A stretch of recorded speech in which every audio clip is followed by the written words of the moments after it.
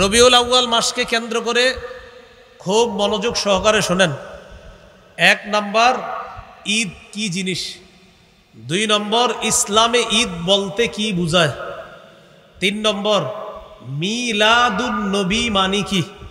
4 নম্বর, নবীজির জন্ম বার কবে। 5 নম্বর, নবীজির জন্ম তারিখ কবে। 6 নম্বর, ঈদে মিলাদুন নবীর ইতিহাস দুনিয়াতে শুরু হইল কিভাবে। 7 নম্বর, নবী তার জন্মদিনে কোনো আমল করেছেন কিনা। 8 নম্বর, জন্মদিনকে কেন্দ্র করে কোনো বেদাত রুসুম ইত্যাদি হারাম। 9 নম্বর, কেউ যদি বলে নবী তো নিষেধ করে না এই রেলি জশ্নে জুলুস বাইর করতে, আপনারা নিষেধ করেন কেন, এটার কি জবাব। 10 নম্বর, কেউ যদি বলে বেদাত মানে যদি হয় নতুন আবিষ্কার, ফ্যান লাইট এগুলোও তো নতুন আবিষ্কার, তাহলে এটিরই বেদাত কর না কেন, এটার কি জবাব। 11 নম্বর, সর্বশেষ আপনাকে বলবে আমার আব্বাও তো গত 20 বছর করছে, আমার জানা মতে আপনার দাদাও করছে গত 40 বছর, এটার কি জবাব। 12 নম্বর, বেদাতের মোকাবেলায় সুন্নাহের ব্যাপক প্রচার প্রসারণা চালানোর 1 নম্বর দায়িত্ব হলো যুব সমাজের। কাদের? সুন্নাহের ব্যাপক প্রচারের 1 নম্বর দায়িত্ব কাদের? বলতে পারেন হুজুরদের। হুজুর তো বলতেছেই খতিব মসজিদের মধ্যে। আপনারা যদি এবার হুজুরের ওই মসজিদের কথাটা নিয়ে খালি সমাজে সমাজে প্রচার করে দেন তাহলে তো হয়ে গেল। 1 নম্বর, ঈদ মানে কি একটু মন দিয়ে শোনেন। ঈদ আনন্দ, খুশি, উৎসব প্রকাশ করা। 2 নম্বর, ইসলামে ঈদ বলতে কি বোঝায়, এটা আমাদের জানা দরকার। এই ব্যাপারে 3টি হাদিস বলি, মন দিয়ে শোনেন। আবু দাউদের 1134 নম্বর হাদিস, আনাস ইবনে মালিক রাদিয়াল্লাহু তাআলা আনহুর বর্ণনা, তিনি বলেন কদিমা রাসূলুল্লাহ সাল্লাল্লাহু আলাইহি ওয়াসাল্লাম আল মাদিনা ওয়া লাহুম ইয়াওমান ইয়ালআবুনা ফীহিমা। রাসূলুল্লাহ সাল্লাল্লাহু আলাইহি সাল্লাম মদিনায় আগমন করলেন। মদিনাবাসী তখন 2 দিন, এমন 2 দিন ছিল যেই 2 দিনে তারা খেলাধুলা করত। فقال رسول الله صلى الله عليه وسلم ما هذان اليومان। নবী তাদেরকে জিজ্ঞাসা করলেন, আচ্ছা এই 2 দিন যে তোমরা খেলাধুলা করো এটা কি, কেন খেলাধুলা করো। তারা জবাব দিল, কুন্না নালআবু ফীহিমা ফিল জাহিলিয়া। আমরা মূর্খতার যুগে এই 2 দিনে খেলাধুলা করতাম, তাই এখনো খেলাধুলা করি। فقال رسول الله صلى الله عليه وسلم ইন্নাল্লাহা ক্বাদ আবদালাকুম বিহিমা খায়রাম মিনহুমা ইয়াউমাল আযহা ওয়া ইয়াউমাল ফিতরি। রাসূলুল্লাহ সাল্লাল্লাহু আলাইহি সাল্লাম বললেন, অতীতের যে 2 দিনে খেলতা এটা ভুলে যাও, আল্লাহ তাআলা তোমাদেরকে ওই 2 দিনের পরিবর্তে ঈদুল ফিতর এবং ঈদুল আযহা নামে অতি উত্তম 2টি ঈদের দিন আল্লাহ তোমাদেরকে দান করেছেন। তাহলে ইসলামে মুসলমানদের ঈদ কয়টা? আবার বলেন, মুসলমানদের ঈদ কয়টা? 2টা। এখন আমি আপনাদের কাছে একটু জানতে চাই, নবীজি সাল্লাল্লাহু আলাইহি সাল্লাম যেই ঈদ পালন করেছেন ওই ঈদটা সেরা নাকি আমরা যেই ঈদ পালন করব সেটা সেরা? নিঃসন্দেহে নবীজিরটা সেরা, নবীজির সাথে যারা পড়ছে ওইটা সেরা। এখন অনেক জায়গায় দেখবেন দেয়ালে লেখা, অথবা অনেক মানুষ আপনার হাদিসের বর্ণনাকারী আব্দুল্লাহ ইবনে ওমর রাদিয়াল্লাহু তাআলা আনহুমা তিনি বলেন, কানা রাসূলুল্লাহ সাল্লাল্লাহু আলাইহি ওয়াসাল্লাম ওয়া আবু বকর ওয়া উমর ইউসাল্লুনাল ঈদাইনি ক্বাবলাল খুতবাহ। আব্দুল্লাহ ইবনে ওমর রাদিয়াল্লাহু তাআলা আনহুমা বলেন, রাসূলুল্লাহ সাল্লাল্লাহু আলাইহি ওয়াসাল্লাম, আবু বকর, ওমর তারা সকলেই খুতবার আগে 2 ঈদের নামাজ আদায় করতেন। বলেন তো খুতবার আগে নবী কয় ঈদের নামাজ পড়তেন? আবু বকর সিদ্দিক কয় ঈদের নামাজ পড়তেন? ওমর ফারুক রাদিয়াল্লাহু তাআলা আন কয় ঈদের নামাজ পড়তেন? 2 ঈদের। অতএব ঈদ কয়টা? 2টা। আবু দাউদের 1148 নম্বর হাদিস, এই হাদিসের মধ্যে আসছে জাবির ইবনে সামুরা রাদিয়াল্লাহু তাআলা আনহুর বর্ণনা, তিনি বলেন, সাল্লাইতু মা'আন নবী সাল্লাল্লাহু আলাইহি ওয়াসাল্লাম غير مرة ولا مرتين العيدين بغير أذان ولا إقامة। জাবির ইবনে সামুরা রাদিয়াল্লাহু তাআলা আনহু বলেন, আমি 1-2 বার নয় অসংখ্য অগণিত বার আজান এবং ইকামত ছাড়া রাসূল সাল্লাল্লাহু আলাইহি সাল্লামের সাথে 2 ঈদের নামাজ আদায় করেছি। তাহলে নবীজির সাথে জাবের ইবনে সামুরা সাহাবী কয় ঈদের নামাজ পড়ছে? 2 ঈদের। অতএব ইসলামে মুসলমানদের ঈদ কয়টা? 2টা। 3 নাম্বার কথা, মিলাদুন নবী মানে কি? মিলাদ অর্থ হলো জন্ম। আন নবী মানে মুহাম্মদ সাল্লাল্লাহু আলাইহি ওয়াসাল্লাম। মিলাদুন নবী অর্থ হলো মুহাম্মদ সাল্লাল্লাহু আলাইহি ওয়াসাল্লামের জন্ম। আমাদের সমাজে যদি কাউরে বলেন আপনি মিলাদ আছে, যদি বলেন ঘরে মিলাদ আছে, তখন তার মাথায় আসে যে ঘরে গিয়ে কিছু কাজ করতে হবে, করার পর একটা দোয়া আছে, দোয়ার পরে বিরিয়ানি আছে অথবা জিলাপি আছে। আমাদের সমাজে যদি কাউকে বলেন যে ভাই ঘরে মিলাদ আছে, তো আপনি বুঝবেন কি জানেন? ঘরে মিলাদ মানি ওখানে যামু, যাওয়ার পরে কিছু ঘটনা ঘটবে, এরপর হুজুর একটা মুনাজাত দিবে, তারপর হয়তো এটা কিন্তু আপনার আমি শ্রদ্ধার সাথেই বলতেছি, এটা আবার অন্যভাবে নিয়েন না, মানে আমাদের সমাজে এটারই মিলাদ মনে করে। কিন্তু আমারে যদি কোনো সময় কেউ বলেন হুজুর ঘরে আসেন মিলাদ আছে, তো আমি বলবো মিলাদ আছে তো আমারই নেবেন কেন? তো যদি বলে তো কারে নিব, আমি বলবো মিলাদ মানি তো জন্ম, মানে আপনার কি ছেলে হবে না মেয়ে হবে না নাতি নাতনি হবে সেটা তো আমি জানি না। ওই ধাত্রী মা যারা আছে, জন্ম নিলে সন্তান জন্মগ্রহণ করার সময় যাদেরকে কাজে লাগে, ওই ডাক্তার বাক্তার কাউরে নিয়ে যান ঘরে। না না, বুঝা ঠিক বলছেননি। মিলাদ, মিলাদ অর্থ কি? হ্যাঁ সবাই বলেন। তাহলে আমার ঘরে মিলাদ আছে মানে আমার ঘরে জন্ম আছে। আপনি যে বলতেছেন আমার ঘরে চলেন মিলাদ আছে মানে কেউ হবে, জন্ম নিবে। এই জন্য আগে ক্লিয়ার হতে হবে এটা মিলাদ অর্থ কি। তা আপনি কেন বলেন যে বাসায় চলেন মিলাদ আছে, মিলাদ মানে জন্ম আছে, কেউ আপনার নাতি হবে? অনেক মানুষ এই কথা নিয়ে আমাদের সাথে তর্ক করতেছে, আরে ভাই মিলাদ অর্থ তো জন্ম, তা আপনি কেন এটা অন্য কিছু বুঝবেন? আপনারা বিভিন্ন ব্যানারে লেখেন মিলাদ মাহফিল মানে জন্ম, কারো জন্ম মাহফিল হবে এখানে? লেখে মিলাদ মাহফিল মানে জন্ম মাহফিল। যদি বলেন হ্যাঁ জন্ম মাহফিল, তাহলে লেখেন মিলাদ মাহফিল। মিলাদ মাহফিল অর্থ যদি হয় জন্ম মাহফিল, মানে একজন এই মঞ্চে জন্ম নিবে, এটা যদি হয় সমস্যা নেই, লেখেন। বলেন দোয়া অনুষ্ঠান, বলেন সবাই দোয়া অনুষ্ঠান, দোয়া মাহফিল। হ্যাঁ এটাই বলতেছি আমি। মিলাদ অর্থ কি? সবাই বলেন মিলাদ অর্থ কি? তাহলে মিলাদুন নবী অর্থ মুহাম্মদ সাল্লাল্লাহু আলাইহি সাল্লামের জন্ম। আজকে থেকে যদি কেউ আপনাদেরকে বলে মিলাদ মানেন, আমার সাথে জবাব দিবেন, বলেন জন্ম অর্থে মিলাদ মানি। আমারে জিজ্ঞাসা করেন সবাই মিলাদ মানেন? জিজ্ঞাসা করেন জন্ম অর্থে মিলাদ মানি। এবার আপনাদেরকে আমি জিজ্ঞাসা করি মিলাদ মানেন? হ্যাঁ এই পুরাটা বলবেন। হ্যাঁ জন্ম অর্থে মিলাদ মানি। কারণ ও যদি বলেন মিলাদ মানি, তার ওর মাথায় তো এটা আসবে কিছু হবে ঘরে গিয়ে, এরপরে তারপর শেষে জিলাপি দিবে, এরকম না। তাহলে মিলাদ মানেন জন্ম অর্থে মিলাদ মানে। তো মিলাদুন নবী অর্থ মুহাম্মদ সাল্লাল্লাহু আলাইহি সাল্লামের জন্ম। 4 নাম্বার কথা, নবীজির জন্ম বার কবে? মুসনাদে আহমদ 4 নাম্বার খণ্ড 172 নম্বর পৃষ্ঠা। ওলিদা রাসূলুল্লাহ সাল্লাল্লাহু আলাইহি ওয়াসাল্লাম ইয়াউমাল ইসনাইন। রাসূলুল্লাহ সাল্লাল্লাহু আলাইহি সাল্লাম সোমবারে জন্মগ্রহণ করছেন।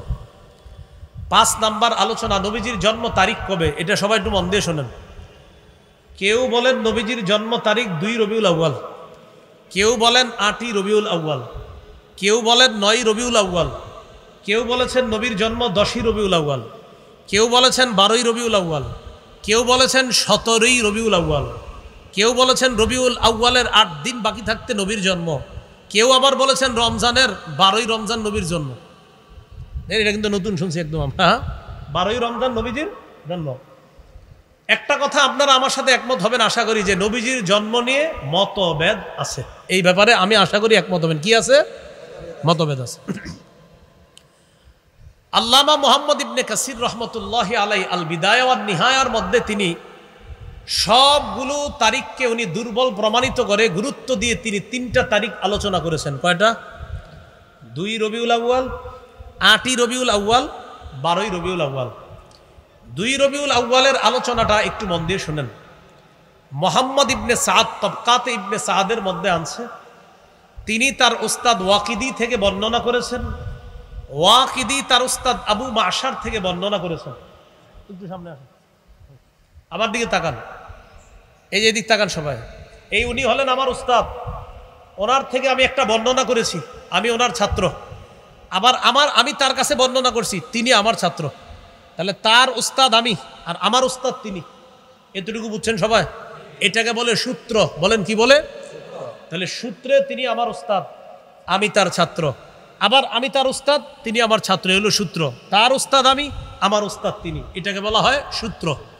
সূত্রে দুইজন আছে, একজনের নাম ওয়াকিদি, আরেকজনের নাম আবু মাশার।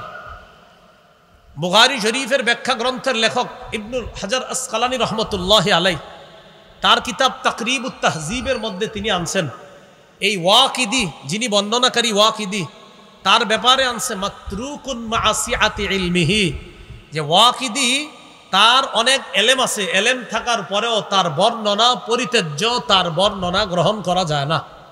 আর ওই যে আবু মাশার, তার ব্যাপারে বলছে দাঈফুন ফির রিওয়ায়া, তিনি বর্ণনা করার ক্ষেত্রে দুর্বল। তারা এই সূত্রে বর্ণনা করেছেন উলিদা রাসূলুল্লাহ সাল্লাল্লাহু আলাইহি সাল্লাম ইয়াউমাল ইসনাইন, নবীজি সোমবার দিন জন্মগ্রহণ করেছেন। লিলাইলাতাইনে খালাতা মিন শাহরি রবিউল আউয়াল, রবিউল আউয়াল মাসের 2 তারিখে। এটা তাদের সূত্রে, কার? ওয়াকিদি এবং আবু মাশার। তাহলে ওয়াকিদি যিনি সূত্রে আছে তিনি পরিত্যাজ্য, তার বর্ণনা পরিত্যাজ্য। আবার সূত্রে যিনি আছেন আবু মাশার, তিনিও দুর্বল। ওই সূত্রে একজন হলেন দুর্বল, আর এই মনে করেন আমারে বসান ওই জায়গায় আমি পরিত্যাজ্য। এই দুইজন সূত্রে থাকার কারণে 2 রবিউল আউয়ালের বর্ণনাটিও দুর্বল, এটা গ্রহণ করা যায় না। এটা আপনারা আলেম ছাড়া অন্যরা বুঝছেন তো সবাই।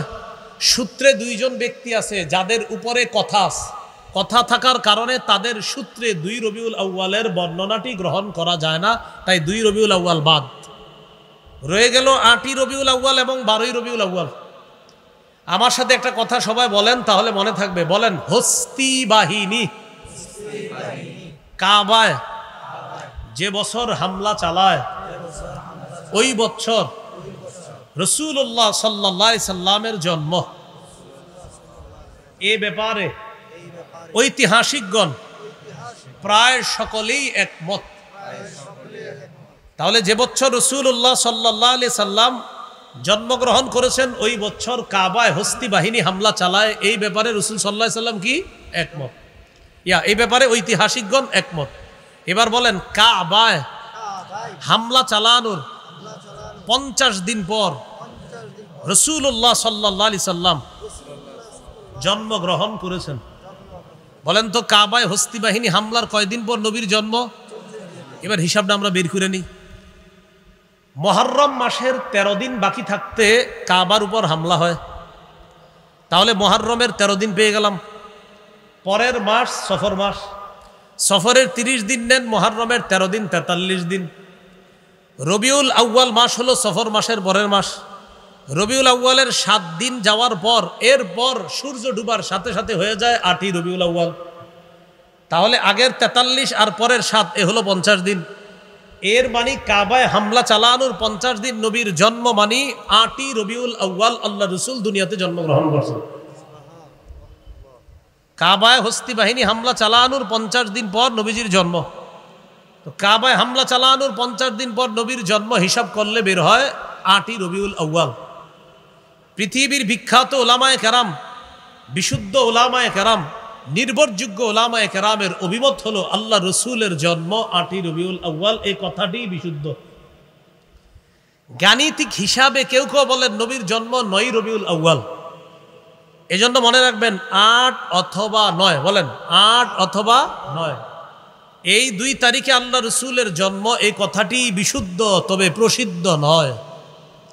8 অথবা 9 রবিউল আউয়াল রাসূলুল্লাহ সাল্লাল্লাহু আলাইহি সাল্লামের জন্ম, এই কথাটি বিশুদ্ধ, তবে কি নয়? প্রসিদ্ধ নয়। এবার আমার সাথে বলেন 12ই রবিউল আউয়াল নবীজির জন্ম। এই কথাটি প্রসিদ্ধ হলেও বিশুদ্ধ নয়। তাহলে 8, 9 বিশুদ্ধ হলেও প্রসিদ্ধ নয়, আর 12 তারিখ প্রসিদ্ধ হলেও বিশুদ্ধ নয়। কোরআনের 6666টি আয়াত প্রসিদ্ধ হলেও বিশুদ্ধ নয়, 6236টি আয়াত বিশুদ্ধ হলেও প্রসিদ্ধ নয়। বললাম, কোরআনের 6666টি আয়াত প্রসিদ্ধ হলেও বিশুদ্ধ নয়, 6236টি আয়াত বিশুদ্ধ হলেও প্রসিদ্ধ নয়। এই বিষয়টা এমন। এবার আসেন 12ই রবিউল আউয়ালের এই বর্ণনা কারা করছে? আন সাঈদ ইবনে মিনা আন আফফান ইবনে মুসলিম আন জাবির ইবনে আব্দুল্লাহ ওয়া আব্দুল্লাহ ইবনে আব্বাস রাদিয়াল্লাহু তাআলা আনহুমা ওলিদা রাসূলুল্লাহ সাল্লাল্লাহু আলাইহি ওয়াসাল্লাম ইয়াউমাল ইসনাইন আশ-শানি আশারা মিন শাহরি রবিউল আউয়াল। সাঈদ ইবনে মিনা, ওই আবার আমার দিকে তাকান, সূত্র আমি হলাম ছাত্র সাঈদ ইবনে মিনা, এই উস্তাদের নাম আফফান ইবনে মুসলিম। তাদের সূত্রে বর্ণনা আল্লাহ রসুল সাল্লাল্লাহু আলাইহি সাল্লামের জন্ম 12ই রবিউল আউয়াল।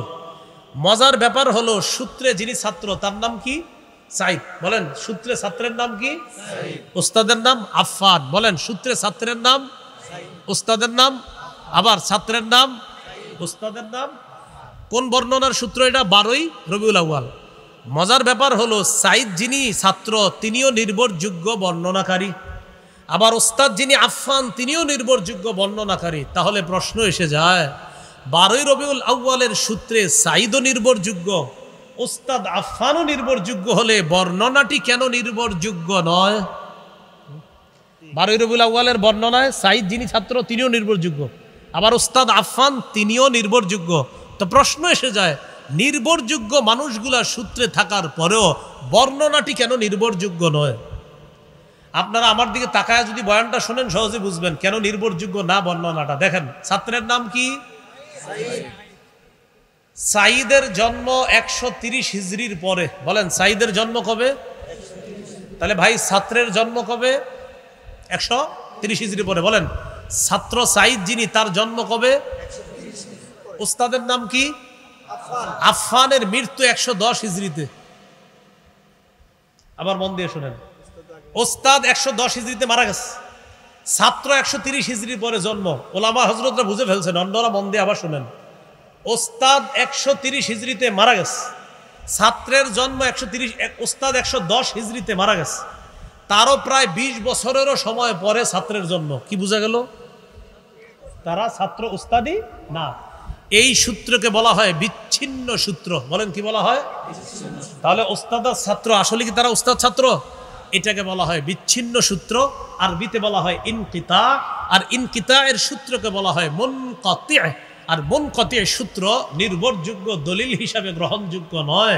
তাই বর্ণনায় দুজন নির্ভরযোগ্য বর্ণনাকারী থাকলেও তাদের পরস্পরের সাক্ষাৎ না হওয়ার কারণে এই বর্ণনাটি নির্ভরযোগ্য নয়। ভাই হুজুররা ছাড়া অন্যরা যারা বুঝছেন তো আপনারা? তাহলে ওস্তাদের মৃত্যু 110 হিজরিতে আর ছাত্রের জন্ম হয়েছে 130-এর পরে, তাহলে এরা উস্তাদ ছাত্র না।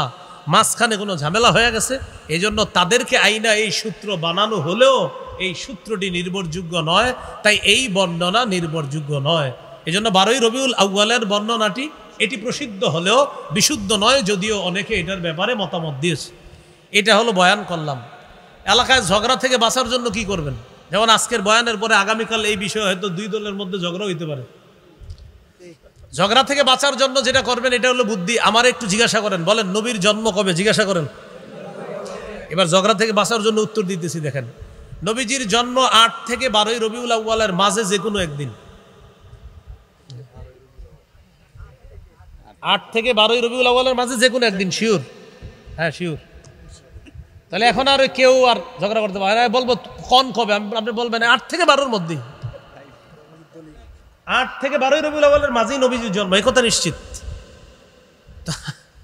এটা যদি আপনারে বলে, আমরা তো বললাম 8-এরও বর্ণনা আছে, 9-এরও বর্ণনা আছে, 10-এরও বর্ণনা আছে, 12-এরও বর্ণনা আছে। তো এই জন্য আপনি যদি চান যে না ঝগড়া করবেন না, তখন বলবেন 8 থেকে 12ই রবিউল আউয়ালের মাঝে যে কোনো একদিন। আপনি টেনশন করেন, আপনি কবে হলে খুশি হন সেটা বলেন। এ হলো ঝগড়া মুক্ত থাকবেন এইভাবে। এগুলো 6 নম্বর কথা, না 5 নম্বর কথা। 6 নম্বর কথা, ঈদে মিলাদুন নবী কিভাবে শুরু হলো? এটাও আমার সাথে যদি একদম বলতে বলতে পড়াশোনা করে নেন মুখস্থ থাকবে। বলেন 604 হিজরিতে ইরাক দেশে মসুল শহরে বাদশাহ আবু সাঈদ মুজাফফর, জনৈক আলেম আবুল খাত্তাব ওমর ইবনে দিহিয়া, তার মাধ্যমে সর্বপ্রথম ঈদে মিলাদুন নবীর সূচনা করে। কত হিজরি? 604। কত হিজরি? কোন দেশে? শহরের নাম মসুল শহর, বাদশার নাম আবু সাঈদ। বাদশার নাম কি? আর যে হুজুরিরা বেদাত করতে গেলে কিন্তু একজন সাইনবোর্ডওয়ালা দাড়ি টুপিওয়ালা লাগবে। এই জন্য বেদাত যারা করে না দেখবেন সাইনবোর্ড টুপি দাড়িওয়ালা, এরপর একটা গাড়ির উপরে উঠবে আর চারোদিকে ফুল টুল দিয়া হেরি খুঁজে পাবেন না। তো এখন কথা হলো ওই বেদাতের যিনি লিড দিলেন তার নাম আবুল খাত্তাব ওমর ইবনে দিহিয়া। এই তার মাধ্যমে সর্বপ্রথম এই বেদাতের সূচনা হয়। তার ব্যাপারে ইবনে হাজার আসকালানী রহমতুল্লাহি আলাইহি বলেন, কাসিরুল ওয়াকিআতি ফিল আইম্মাতি ওয়া ফিস সালাফি মিনাল উলামা। এই লোকটা পূর্ববর্তী আলেমদের ব্যাপারে কটু মন্তব্য করতেন। এই লোকটা পূর্ববর্তী আলেমদের ব্যাপারে উল্টাপাল্টা কথা বলতেন। এখন আপনারা তালাশ করে এমন অনেক লোক পাবেন যারা বেদাতীদের নেতৃত্ব দেয়, এরা দলিলে না পারলে সর্বশেষ হক্কানি আলেমদের নাম নিয়ে নিয়ে তাদেরকে গালি দেয়। এখন এই গালির সূত্র কোত্থেকে আসছে? এই এলাকার ইমাম সাহেবরা আছেন, খতিব সাহেবরা আছেন, আপনাদেরকে গালি দিলে কষ্ট নিয়েন না। তাদের গুরুজি যিনি এই বেদাত আবিষ্কার করছে, ওই গুরুর মুখের ভাষা ছিল খারাপ, তাই ওই সূত্রে তাদের অনুসারীদের মুখের ভাষাও খারাপ। এটা কষ্ট নেওয়ার কিছু নেই। তার ব্যাপারে ইবনে হাজার আসকালানী লেখছেন, খবিসুল লিসান, মুখের ভাষা ছিল খুব খারাপ। শাদীদুল কিবরি, প্রচন্ড অহংকার টাইপের মানুষ ছিল। মুতাহাবিরান, দুর্বল প্রকৃতি, অলস প্রকৃতির মানুষ ছিল, আর খালি আলেমদেরকে গালিগালাজ করত। আল্লাহ আমাদেরকে হেফাজত করেন। 604 হিজরি পর্যন্ত দুনিয়াতে যেটা ছিল না সেটা আমরা করব না। সেটা করে হঠাৎ এটার নাম দেওয়া সকল ঈদের সেরা ঈদ। যদি কেউ বলে, আমরা বলবো আমাদের নবীরটা সেরা ঈদ। যদি বলে সকল ঈদের সেরা ঈদ, আমরা বলবো আমাদের নবীর ঈদ সকল ঈদের সেরা ঈদ। যদি বলে তাদেরটা সকল ঈদের সেরা ঈদ, সুন্দরভাবে এমনি বলবেন আমাদের নবীর ঈদ সকল ঈদের সেরা ঈদ। 7 নাম্বার, মিলাদুন নবী, মানে নবীজির জন্মদিনে কোনো আমল আছে কিনা। সহিহ মুসলিমের 1162 নম্বর হাদিস, সুইলা রাসূলুল্লাহ সাল্লাল্লাহু আলাইহি সাল্লাম আন সাওমি ইয়াউমিল ইসনাইন। রাসূলুল্লাহ সাল্লাল্লাহু আলাইহি সাল্লামকে সোমবার দিন রোজা রাখার ব্যাপারে জিজ্ঞাসা করা হলো। নবীজি বললেন, ইয়াউমুন বুলিত্তু ফিহি, সোমবার এমন একটা দিন যেই দিনে আমি জন্মগ্রহণ করেছি, তাই এই দিনে আমি রোজা রাখি। তাহলে নবীজি জন্মদিনে কি রাখতেন? সোমবার, বছরে একদিন, সেটা হলো 12ই রবিউল আউয়াল। হ্যাঁ, সোমবার কি বছরে একদিন না সপ্তাহে একদিন? তাহলে নবীজি সাল্লাল্লাহু আলাইহি সাল্লামের জন্মদিনের আমলটা কি বাৎসরিক না সাপ্তাহিক? হ্যাঁ, এখন থেকে বলবেন নবীজির জন্মদিনের আমল এটা সাপ্তাহিক, প্রতি সোমবার রোজা রাখবা, তাহলে শ্রেষ্ঠ আশিক রাসূলের পরিচয় পেয়ে যাবে। 12ই রবিউল আউয়াল এটা শুধু নবীজির এক বছর কেন্দ্র করে না। এবার আপনারা বলেন, নবীজি তার জন্মদিনে কি খাইতেন না রোজা রাখতেন? এখন আপনারাই বলেন, এই যে বছরে একটা যেটা হয় এটা কি রোজা রাখা হয়? আমি কিন্তু বলি না, আপনারা বলতেছেন কি করে। তাহলে নবীজি রাখতেন রোজা, আর আপনি কি আপনারাই বলতেছেন, আপনারাই বলেন কি হয়। তাহলে নবীজি সাল্লাল্লাহু আলাইহি সাল্লাম রাখতেন রোজা, আর আপনি সেখানে রোজা না রেখে খাইতেছেন, এটা কেমন নবীর মহব্বতের পরিচয় দিলেন। আমি আবারও বলছি, রাসূল সাল্লাল্লাহু আলাইহি সাল্লাম পূর্ণাঙ্গ শরীয়ত দুনিয়ার মধ্যে রেখে গিয়েছেন। এই শরীয়তের মধ্যে বেদাতের নামে নতুন কিছু আবিষ্কার যারা করে, যারা করতেছে, অতীতে এখনো ভবিষ্যতেও তাদের বিরুদ্ধে আমাদের অবস্থান আছে, ছিল, থাকবে ইনশাআল্লাহ। আর ওই কথাটা কিন্তু বেশি প্রচার করবেন। প্রথম যেটা বলছি, আমরা আল্লাহর ওলির বিরুদ্ধে না, আল্লাহর ওলির কবরের বিরুদ্ধে না, কবর কেন্দ্র করে বেদাত, কুফর, শিরিক আর মেলার বিরুদ্ধে আমরা। 8 নাম্বার, জন্মদিন কেন্দ্র করে বেদাত করা যাবে না। রাসূলুল্লাহ সাল্লাল্লাহু আলাইহি সাল্লাম বাড়াবাড়ি করতে নিষেধ করেছেন। ইবনে মাজার 3085 নম্বর হাদিস, নবী বলেন, ইয়াকুমুল গুলুওয়া ফিদ্দিন, দ্বীনের ব্যাপারে, ধর্মের ব্যাপারে তোমরা বাড়াবাড়ি করা থেকে বাঁচো। ফাইন্নাহু আহলাকা মান কানা ক্বাবলাকুম আল গুলুউ ফিদ্দিন, দ্বীনের ব্যাপারে বাড়াবাড়ি করার কারণে অতীতের জাতি ধ্বংস হয়ে গেছে, তোমরা এরকম করবা না। 9 নাম্বার, কেউ যদি বলে নবী তো এগুলা করতে নিষেধ করেন নাই, এক্ষেত্রে আমাদের জবাব হলো, নবী পূর্ণাঙ্গ শরীয়ত রেখে গিয়েছেন।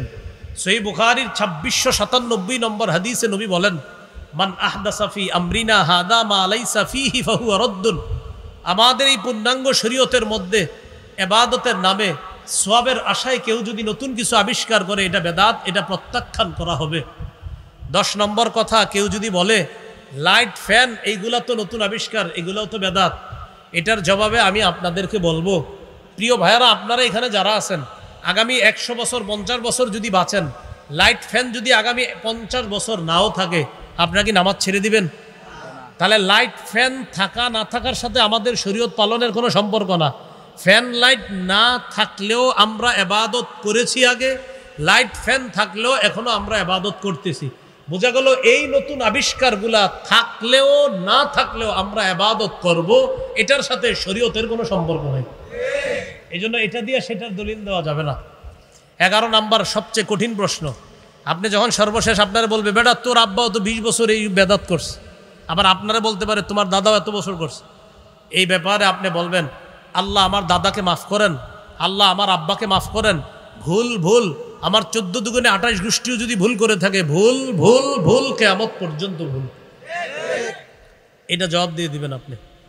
সর্বশেষ কথা 12 নাম্বার, এটা আমার সাথে একটু যুব সমাজ সহ সবাই বলেন, বলেন বেদাতের পরিবর্তে আমরা ব্যাপকভাবে সুন্নাহের প্রচার করব।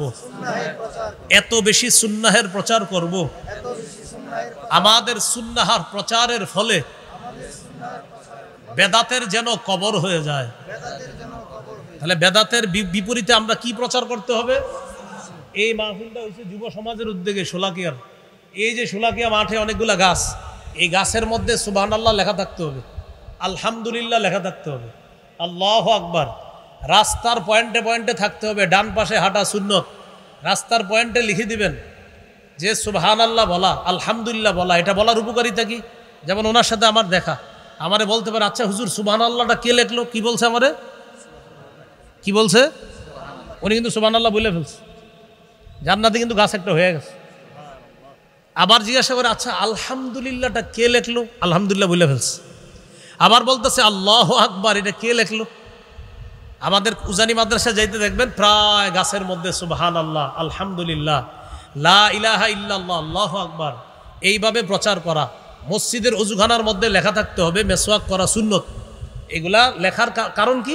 এই আপনার লেখা দেখা যদি 10 জন মেসওয়াক কিনে, তাহলে আপনি প্রচার করার কারণে রাসূল সাল্লাল্লাহু আলাইহি সাল্লাম তিরমিজির বর্ণনায় বলেছেন 2677 নম্বর হাদিস, একটা সুন্নত প্রচারের ফলে যদি অন্য কতজন আমল করে, আপনি একজন প্রচার করলেন আর 100 জন আমল করে, 100 জনের সওয়াব আপনার আমলনামায় হবে। এই জন্য ব্যাপকভাবে আমরা সুন্নাহের প্রচার প্রসার করব, বলেন ইনশাআল্লাহ। নবীর নাম বিক্রি করে যারা বেদাত করে তাদেরকে নিয়ে সম্প্রীতি তৈরি করবে, চিন্তা করেন। পাশাপাশি আবার বলে যে তাদের কিছু হলে হাসতে হাসতে নবীর জন্য জান দিয়ে দিব, তাদের কিছু হলে হাসতে হাসতে নবীর জন্য জান দিয়ে দিব। এই জাতীয় কথাগুলা যারা বলে, এরা বুঝায় যে উনি অনেক ধর্ম বুঝে, জ্ঞান বুঝে, অনেক জ্ঞান আছে, এরকম বুঝায়। বুঝায় কি মানে আমার অনেক জ্ঞান আছে, খুব জ্ঞান রাখে, এরকম বুঝায়। ওই জাতীয় জ্ঞানী যারা আছে তাদেরকে এ কথা বলে দেওয়া যায় সুন্দরভাবে, অন্যান্য লাইনে অনেক বড় জ্ঞানী হলেও আমাদের মাদ্রাসার প্রাথমিক পর্যায়ের 2-3 বছরে যে ছাত্রগুলো আছে, এদের সামনে বসার মতো ধর্মীয় জ্ঞান তাদের নাই, অন্যদিকে জ্ঞান আছে। না হয় আপনি বুঝেন কি কথা বলে। নবীকে শেষ নবী মানে না যারা, শিরিক বেদাত করতেছে যারা, তাদেরকে নিয়ে সম্প্রীতি তৈরি করবে, আবার বলতেছে তাদের কিছু হলে হাসতে হাসতে নবীর জন্য জান দিবে। তো এই জাতীয় কথাবার্তাগুলা যারা বলে, তাদেরকে কিছু বিষয় স্পষ্ট থাকা দরকার। সেটা হলো, আমরা এখানে এই শোলাকিয়া মাঠে এখন যারা আছে, আমার বয়ান যারা শুনছে মুসলমান, আমরা কোনো আল্লাহর ওলির দুশ্মন না, কোনো আল্লাহর ওলির বিরোধী আমরা না। তবে কোনো আল্লাহর ওলির কবরকে কেন্দ্র করে, মাজারকে কেন্দ্র করে শিরিক যদি কেউ করে, বেদাত যদি কেউ করে, কেউ যদি গঞ্জিকা সেবন করে, কেউ যদি গাঁজা সেবন করে, গাঁজা, আল্লাহর ওলির কবরকে কেন্দ্র করে কেউ যদি শিরিক করে, কেউ যদি বেদাত করে, আর কেউ যদি গাঁজা খায়, আমরা ওই শিরিকের বিরুদ্ধে, আমরা ওই বেদাতের বিরুদ্ধে, ওই গাঁজার বিরুদ্ধে আগেও ছিলাম, এখনো আছি, আমৃত্যু আমরা এগুলার বিরুদ্ধে থাকবো। তাহলে আমরা আল্লাহর ওলির বিরুদ্ধে না, আল্লাহর ওলির কবরের বিরুদ্ধে, আল্লাহর ওলির কবর জিয়ারত করা হবে এর বিরুদ্ধে না। আল্লাহর ওলির কবরকে কেন্দ্র করে কেউ যদি শিরিক করে, কেউ যদি বেদাত করে, কেউ যদি আল্লাহর ওলির কবরকে কেন্দ্র করে মেলা বসায়, এই শিরকের বিরুদ্ধে আমরা, এই বেদাতের বিরুদ্ধে আমরা, এই মেলার বিরুদ্ধে আমরা, এই গাঁজা সেবনের আসরের বিরুদ্ধে আমরা আগেও ছিলাম, এখনো আছি, ভবিষ্যতেও আমাদের অবস্থান পরিষ্কার। শিরিক, বেদাত, কুফর, গাঁজা ইত্যাদির বিরুদ্ধে আমাদের অবস্থান সব সময় পরিষ্কার থাকবে।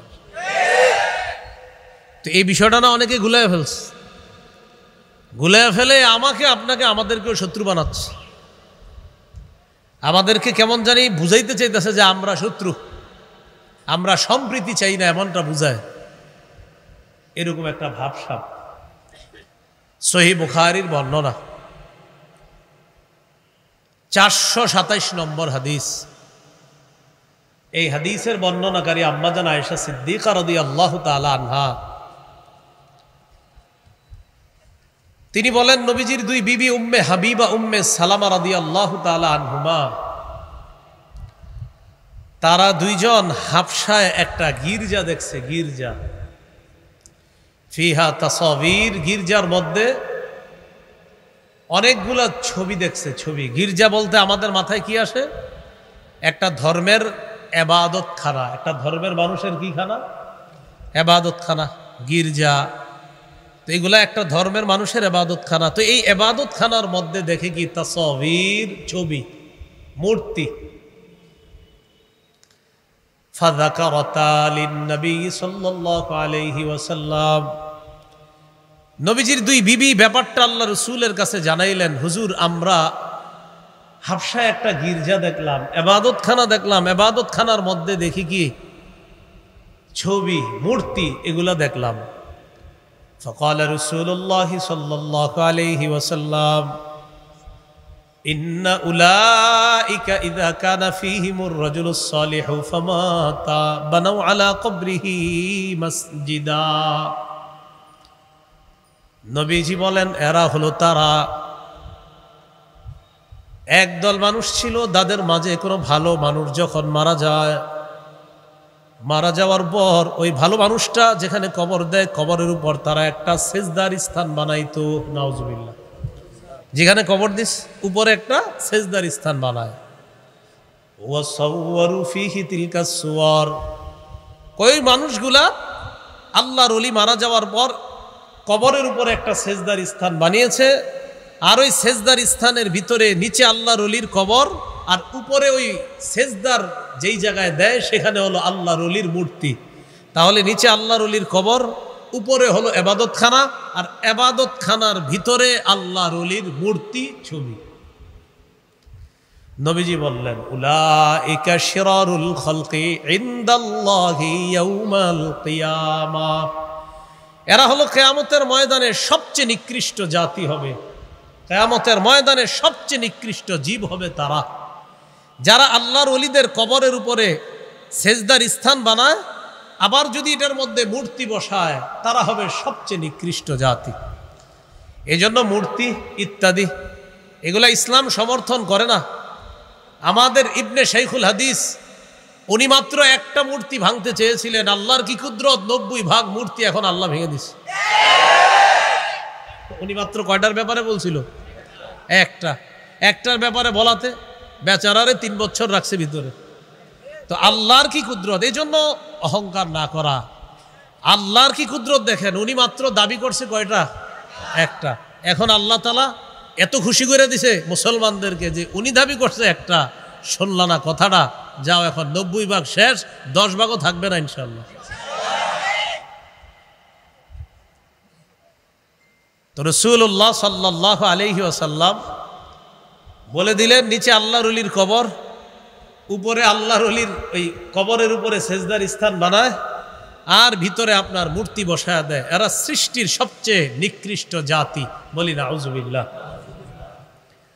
হাদিসের কিতাব মুসনাদ আহমদ, এই কিতাবের মধ্যে আছে, আন আব্দুল্লাহ ইবনে মাসউদ রাদিয়াল্লাহু তাআলা আনহু قال سمعت النبي صلى الله عليه وسلم يقول إن من شرار الناس من تدركهم الساعة وهم أحياء والذين يتخذون القبور مساجدا। রাসূলুল্লাহ সাল্লাল্লাহু আলাইহি সাল্লাম বলেন, এই পৃথিবীতে সবচেয়ে নিকৃষ্ট জাতি 2 জাতি। 1 নম্বর, যারা দুনিয়াতে বেঁচে থাকা অবস্থায় কিয়ামত হবে তারা সবচেয়ে নিকৃষ্ট জাতি। যারা দুনিয়াতে থাকবে আর কিয়ামতটা তাদের উপরে ঘটবে এরা সবচেয়ে নিকৃষ্ট জাতি। ওয়াল্লাযীনা ইয়াত্তাখিযুনাল কুবুরা মাসাজিদা, আর যারা কবরকে সেজদার স্থান বানায় তারা সবচেয়ে নিকৃষ্ট জাতি। বলেন তো, কবরকে সেজদার স্থান যারা বানায় তারা কি সবচেয়ে নিকৃষ্ট জাতি? আল্লাহ আমাদেরকে আল্লাহর ওলিদের কবরের মর্যাদা যেন আমরা রক্ষা করতে পারি, আল্লাহ তৌফিক দান করেন। আল্লাহর ওলিদের কবরের মর্যাদা রক্ষা হবে। আল্লাহর ওলিদের কবর মাজারকে যখন শিরিক বেদাত মুক্ত করতে পারবো, গাঁজা সেবন গাঁজার আসর মুক্ত করতে পারবো, আর কবরকে কেন্দ্র করে মেলা মুক্ত যখন করতে পারবো, তখনই আল্লাহর ওলির কবরের সম্মানটা আমরা রক্ষা করতে পারবো। বুঝে ঠিক হইতেছেন তো? তাহলে রসুল সাল্লাল্লাহু আলাইহি সাল্লাম বললেন, যারা কবরকে সেজদার স্থান বানায় তারা সবচেয়ে নিকৃষ্ট। সহিহ বুখারীর আরেকটা হাদিস শোনেন, 435 নম্বর হাদিস। এই হাদিসটার আগে আরেকটা শোনাই। মুসলিম শরীফেরটা আগে বলি, এরপর বুখারীরটা বলি। সহিহ মুসলিমের একটা বর্ণনা, নবীজি ইন্তেকালের 5 দিন আগের বর্ণনা। কয়দিন আগের? বুখারীর যে হাদিসটা শোনাবো এটা হলো ইন্তেকালের দিনের হাদিস, এজন্য আগে আমরা ইন্তেকালের 5 দিন আগেরটা শুনে আসি। সহিহ মুসলিমের বর্ণনা 1075 নম্বর হাদিস, মাদ্রাসার পাঠ্যপুস্তক অনুসারে 532 নম্বর হাদিস। এই হাদিসের মধ্যে আছে, قال رسول الله صلى الله عليه وسلم, রাসূলুল্লাহ সাল্লাল্লাহু আলাইহি সাল্লাম বলেন, ইন্নী আবরাউ ইলাল্লাহ আইয়াকুনা লি মিনকুম খলিল, আমি আল্লাহর কাছে মুক্ত তোমাদের মধ্যে কোনো খলিল বানানো থেকে, অন্তরঙ্গ বন্ধু বানানো থেকে আমি আল্লাহর কাছে মুক্ত। তোমাদের মধ্যে আমার কোনো অন্তরঙ্গ বন্ধু নাই। فإن الله تعالى قد اتخذني خليلا كما اتخذ إبراهيم خليلا, কারণ আল্লাহ তাআলা আমাকে যেমনিভাবে ইব্রাহিম নবীকে তার খলিল হিসাবে গ্রহণ করেছেন, তেমনি আল্লাহ তাআলা আমাকেও ইব্রাহিম নবীর মতো তার খলিল তথা অন্তরঙ্গ বন্ধু হিসাবে গ্রহণ করেছেন। তাহলে 2 নবী খলিল, একজন ইব্রাহিম খলিলুল্লাহ, আর নবীর ইন্তেকালের 5 দিন আগে নবী জানায়া গেলেন ইব্রাহিম নবীও খলিল, আমি মুহাম্মদ সাল্লাল্লাহু আলাইহি সাল্লামও খলিল। তাহলে আমাদের নবী খলিলুল্লাহ, হাবিবুল্লাহ, রাসূলুল্লাহ। সুবহানাল্লাহ। ইব্রাহিম নবী খলিলুল্লাহ, আর আমাদের নবী মুহাম্মদ সাল্লাল্লাহু আলাইহি সাল্লাম হাবিবুল্লাহ, রাসূলুল্লাহ, খলিলুল্লাহ। এই কথা বলার পর নবীজি বলেন, আলা ওয়া ইন্না মান কানা ক্বাবলাকুম ইত্তাখাযু কুবুর আমবিয়াইহিম ওয়া সালিহিহিম মাসাজিদা, শোনো তোমরা, তোমাদের পূর্ববর্তী জাতি তারা তাদের নবী আর ওলিদের কবরকে সিজদার স্থান বানিয়েছে। আলা ফালা তাত্তাখিজুল কুবুর মাসাজিদা, আমার উম্মত তোমরা কিন্তু কবরকে সিজদার স্থান বানাবা না। আনহাকুম আন যালিকা, আমি নবী তোমাদেরকে এই ব্যাপারে নিষেধ করে যাচ্ছি। তাহলে ইন্তেকালের 5 দিন আগে কবরকে সেজদার স্থান বানাইতে নবীজি সাল্লাল্লাহু আলাইহি সাল্লাম নিষেধ করে গিয়েছেন। এখন আমি আপনাদের কাছে জানতে চাই, আমাদের বাংলাদেশে কবর কেন্দ্রিক সেজদা না হইলেও পৃথিবীতে হয়নি? বাংলাদেশে না হইলেও পৃথিবীতে হয়তো বাংলাদেশেও হয়। তাহলে এই যে এই জিনিসটা বলে, বাংলাদেশে কি কবর কেন্দ্রিক সেজদা হয়? আমরা কি কবরের বিরুদ্ধে না কবরের সেজদার বিরুদ্ধে? এই বিষয়টা আমরা মানুষকে বুঝাইতে পারতেছি না। এই বয়ান করলে আমাদেরকে বলে আমরা ওলিদের দুশ্মন। এটা কথাটা দেখেন কত ভয়ঙ্কর কথা। আমরা তো আল্লাহর ওলিদের দুশ্মন না, আল্লাহর ওলির কবরে যদি কেউ সেজদা দেয় ওই শিরিকের দুশ্মন আমরা। এবার বুখারীর বর্ণনা শোনেন, 435 নম্বর হাদিস। মুসলিমের হাদিসটা হলো নবী ইন্তেকালের 5 দিন আগের, আর বুখারীর হাদিসটা হলো রসুল ইন্তেকালের দিনের হাদিস। লাম্মা নুজিলা বিরাসূলিল্লাহি সাল্লাল্লাহু আলাইহি ওয়াসাল্লাম, যখন রসুল সাল্লাল্লাহু আলাইহি সাল্লামের মুমূর্ষ অবস্থা হলো, নবীজি কি করলেন? মুমূর্ষ অবস্থায় তফিকা ইয়াতরাহু খামিসাতান আলা ওয়াজহিহি, রাসূলুল্লাহ সাল্লাল্লাহু আলাইহি সাল্লাম একটা কাপড় দিয়ে নিজের চেহারা মোবারক ঢাকলেন। নবী ইন্তেকাল করবেন ওই মুহূর্তে একটা কাপড় দিয়ে নিজের চেহারা মোবারক ঢাকলেন। ফাইদা তাম্মা, নবীজির যখন প্রাণটা বের হবে হবে অবস্থা, ওই মুহূর্তে কাশাফাহা আন ওয়াজহিহি, ওই মুহূর্তে রাসূলুল্লাহ সাল্লাল্লাহু আলাইহি ওয়াসাল্লাম চেহারা মুবারকের উপর থেকে কাপড়টা সরিয়ে নিলেন। নবীজির যখন মুমূর্ষ অবস্থা তখন চেহারায় কাপড় রাখলেন, আর যখন প্রাণটা বের হবে তখন কাপড়টা সরাইলেন, সরায়া বললেন লানাতুল্লাহি আলাল ইয়াহুদি ওয়ান নাসারা,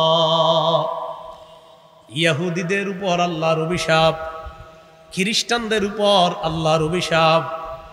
ইত্তাখাযু কুবুর আমবিয়াইহিম মাসাজিদা, তারা তাদের নবীদের কবরকে সেজদার স্থান হিসাবে গ্রহণ করেছে, সেজদার স্থান বানিয়েছে। ইউহাযযিরু মা সানাউ, নবী নিষেধ করে যাচ্ছে, সতর্ক করে যাচ্ছে, উম্মত আমার ইন্তেকালের পরে কিন্তু আমার কবরকে আবার তোমরা সেজদার স্থান বানাবা না। অতীতের জাতি তাদের নবীর কবরকে সেজদার স্থান বানিয়েছে, এই জাতীয় কাজকর্ম কিন্তু তোমরা করবা না। আল্লাহ আমাদের সকলকে কবর কেন্দ্রিক সেজদা, শিরিক, বেদাত থেকে বাঁচার তৌফিক দান করুন। এবার গুরুত্বপূর্ণ একটা কথা বলেন, কবর কেন্দ্রিক, সবাই বলেন কবর কেন্দ্রিক মেলা বসানো যাবে না। কবর কেন্দ্রিক কি বসানো যাবে না? এখন কথা হলো, যারা অতীতে বসানোর পক্ষে ছিলেন বা বসাইতো, রবিউল আউয়াল মাস আসলে বসাইতো, আমি দলিল দেই, দলিল দেওয়ার পরে তো আপনি বসানোর কথা না, দলিল রে পারলে চ্যালেঞ্জ করেন। কবর কেন্দ্রিক মেলা যে নিষেধ, এটা যদি দলিল থাকে তা কেন বসাবে মেলা? এটা তো নিষেধ। আবু দাউদ 2042 নম্বর হাদিস, কোন কিতাব? কত নম্বর হাদিস? 42 নম্বর হাদিস, 2042। قال رسول الله صلى الله عليه وسلم لا تجعلوا بيوتكم قبورا। রাসূলুল্লাহ সাল্লাল্লাহু আলাইহি সাল্লাম বলেন, তোমরা তোমাদের ঘরগুলাকে কবর বানায়ও না। যেই ঘরের মধ্যে নফল নামাজ না হয়, যেই ঘরের মধ্যে জিকির না হবে, আল্লাহর কোরআনের তেলাওয়াত না হবে, ওই ঘর কবরের মতো হয়ে যায়। এরপরে নবী বলেন ওয়ালা তাজআলু কবরি ঈদা, তোমরা আমার কবরকে কেন্দ্র করে মেলা বসাবা না, আমার কবরকে উৎসবের স্থানে পরিণত করবা না। আমার কবরকে কেন্দ্র করে মেলা বসাবা না, উৎসবের স্থানে পরিণত করবা না। আমাদের নবীজির চেয়ে বড় পীর দুনিয়াতে কেউ আসে নাই, আসবেও না। আমাদের নবীজির চেয়ে বড় শাইখুল হাদিস, আল্লামা, মুফতি, মুহাদ্দিস, মুফাসসির, পৃথিবীতে একজন মানুষের যত ভালো উপাধি লাগতে পারে সব আমার নবীর জন্য। আমার নবীর চেয়ে শ্রেষ্ঠ উপাধিধারী পৃথিবীতে আসে নাই, আসবে না, আসা সম্ভব না। তার কবরকে কেন্দ্র করে যখন মেলা বসানো জায়েজ নাই, হারাম। অতএব অন্য কোনো আল্লাহর ওলির কবরকে কেন্দ্র করেও মেলা বসানো হারাম, জায়েজ নাই। ওই মেলা বসানোর বিপক্ষে আমরা, আল্লাহর ওলির কবরের বিপক্ষে না। এখন এই দেখেন যে আমি বয়ানটা করলাম না, অনেকে দেখবেন এরকম বলতে পারে, এটা নবীদের অলিদের দুশ্মন বলতে পারে। আপনি বলেন, আমি কি অলির কবরের দুশ্মন? নবীদের অলিদের কবরের দুশ্মন? তাহলে কবর কেন্দ্র করে মেলা, কবর কেন্দ্র করে শিরিক, কবর কেন্দ্র করে বেদাত, কবর কেন্দ্র করে সেজদা, এগুলার বিরুদ্ধে আমরা আল্লাহ তাআলার কাছে দোয়া করব, আমাদের এই দেশ থেকে যেন আল্লাহ সমূলে বেদাত এবং শিরিককে আল্লাহ দূর করে দেয়। রাসূলুল্লাহ সাল্লাল্লাহু আলাইহি সাল্লাম বলেন, যদি আমাকে মহব্বত করতে চাও তো কবরকে তোমরা উৎসবের স্থানে পরিণত করবা না, বরং কি করবা? ওয়াসাল্লু আলাইয়া, আমার উপর বেশি বেশি দুরূদ পড়বা। ফাইন্না সালাতাকুম তাবলুগুনি হাইসু কুনতুম, তোমরা যেখানেই থাকো, যেখান থেকে দুরূদ পড়ো, তোমাদের দুরূদ ওই মুহূর্তে আমার কাছে পৌঁছে যায়। তাহলে আমরা বেশি বেশি দুরূদ পড়বো, আল্লাহ তৌফিক দান করেন। এবার আমার সাথে বলেন, কবর সামনে রেখে নামাজ পড়া যাবে না। অনেক মসজিদের মাঝখানে কবর, মসজিদের মাঝখানে কেন করছেন? আবেগে করে লিস। মসজিদের মাঝখানে কবরটা আবেগে করে ফেলছে। তো কেন আবেগে করলেন? আলেমদেরকে জিজ্ঞাসা করতে পারলেন না? তো আপনি কবর করছে, এটা মাঝখানে পড়ে গেছে। যদিও মুসলমানরা কবরকে সেজদা করে না, যারা মসজিদে নামাজ পড়ে, ওদের মনে কখনো কবরে সেজদা করার উদ্দেশ্য না, কিন্তু আপনি এই কামটা কেন করলেন? আবু দাউদের বর্ণনা 3229 নম্বর হাদিস, রাসূলুল্লাহ সাল্লাল্লাহু আলাইহি সাল্লাম বলেন, লা তাজলিসু আলাল কুবুর, তোমরা কবরের উপর বসবা না। কবরের উপর বসবা না। ওয়ালা তুসাল্লু ইলাইহা, কবর সামনে রেখে নামাজ পড়বা না। তোমরা কবরের উপর বসবা না, কবর সামনে রেখে তোমরা নামাজ পড়বা না। অনেক মসজিদে ওই অনেক আগে থেকে কবর, অর্থাৎ আপনার 30-40 বছর ধরে কবর। এখন এই মসজিদকে সম্প্রসারণ করবে এলাকাবাসী, তো কি করে মহব্বতে হজরতের কবরটা মাঝখানে রেখে দেয়। তো এই কাজগুলা না করা, এই জন্য মসজিদের মাঝখানে কবর না হওয়া, এটা পাশে হতে পারে, মাঝখানে না হওয়া। যদিও মুসলমান ওই মসজিদে গিয়ে কবরকে সেজদা দেয় না, কিন্তু এরপরে নবী নিষেধ করছে কবর সামনে রেখা তোমরা নামাজ পড়বা না। আল্লাহ আমাদের সকলকে কবর কেন্দ্রিক বাড়াবাড়ি, শিরিক, বেদাত, মেলা ইত্যাদি থেকে হেফাজত করেন। আরবি মাস কি মাস এটা? এই রবিউল আউয়াল মাসকে কেন্দ্র করে আমাদের সমাজের কিছু মানুষ বাড়াবাড়ি করে, বেদাত করে। বলেন কি করে? বাড়াবাড়ি করে, বেদাত করে। এই জাতীয় বেদাতের মধ্যে আমরা পা বাড়াবো না।